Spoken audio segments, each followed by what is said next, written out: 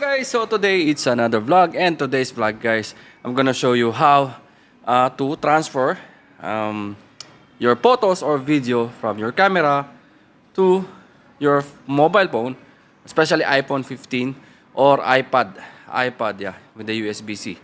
And guys, we have here the easy solution, which is the SanDisk Extreme Pro SD UHS II to USB-C. Yan, ito siya guys. Yeah, it's a USB-C type and only can transfer photos via SD card. Again, only SD card. Not CF Express, not micro SD, but SD card. Micro SD, yes, if you have adapter, then why not? You can use. But this guys, this SD UHS II, it's very fast transfer compared for using with the Wi-Fi or any application, either video or photo. So I'm gonna show you guys how to transfer or use this SanDisk SD UHS II USB-C card reader. Okay, so this is the SanDisk reader.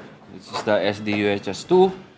We have our memory card here, SD card,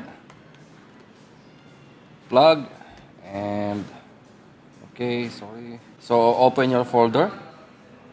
It's your folder. Browse here. There's no written, no name. It's the SD card. Go DL and select your photos. So this is how you want to select. Just this three dot. Select and select the photo.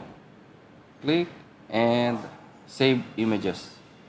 After set your images, go to your album. Then it's done. Voila. Your photo is already in our gallery. So this is how quick and easy transfer your photos to your iPhone 15 Pro Max or any iPad using the SanDisk UHS II card reader. So yan guys, I think that's it for today's vlog. Again, if you want a fast reader or fast transfer file, photos, videos to your iPhone 15, iPhone 15 Pro Max or any iPad using USB-C, check this SanDisk Extreme SD UHS II USB-C card reader. So ayan guys, if you want to check all the price and availability of this card reader, you can visit our website www.abworld.com, or if you want to check all the memory card from SanDisk, again, check our website www.abworld.com. Hanggang dito na lang.